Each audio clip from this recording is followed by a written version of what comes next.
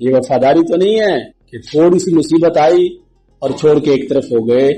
दोस्तों का तो पता ही उस वक्त चलता है जब आप पर कोई मुश्किल वक्त आता है।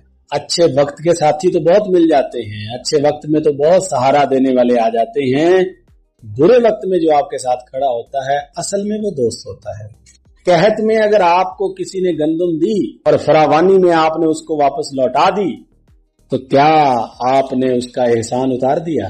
कहत था, खाने को कुछ नहीं था और आपके किसी ताल्लुक वाले ने, शनासा ने, दोस्त ने आपको गंदम दी आपके घर के लिए कि खाओ मेरे पास पड़ी है, और आप 3 बोरियां 4 बोरी गंदम की वहां से लेके आए और फिर उसके बाद फरावानी हो गई, फसल आ गई, अनाज ही अनाज हो गया, तो आपने वही 3 बोरियां उनकी वापस लौटा दी।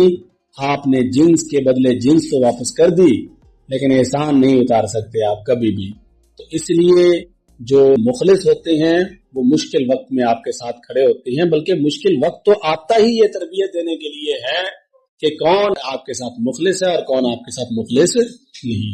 मीरा बाई शायरा गुजरी हैं, उनका शेर है, वो कहते ताल सूख भइयो हंस कहीं ना जाए, पिछली प्रीत के कारणे कंकर चुन चुन खाए।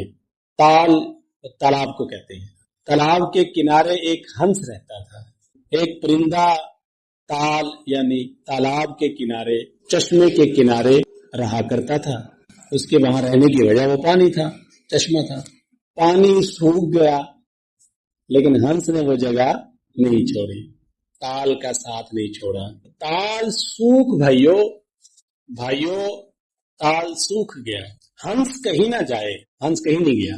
पिछली प्रीत के कारणे, वो जो पुराना इश्क था, पिछली प्रीत थी, पुरानी मोहब्बत थी, उसकी वजह से पिछली प्रीत के कारणे कंकर चुन चुन खाए, कंकर खा के गुजारा करता रहा लेकिन जगह नहीं। अब्बास ताबिश ने इसी शेर को आगे बढ़ाया है। हम हैं सूखे हुए तालाब पे बैठे हुए हंस, जो ताल्लुक को निभाते हुए मर जाते हैं। बिल्कुल वही बात है जो नए जमाने के शायर अब्बास ताबिश ने इसको इस तरह बयान किया है। हम हैं सूखे हुए तालाब पे बैठे हुए हंस, जो ताल्लुक को निभाते हुए मर जाते हैं।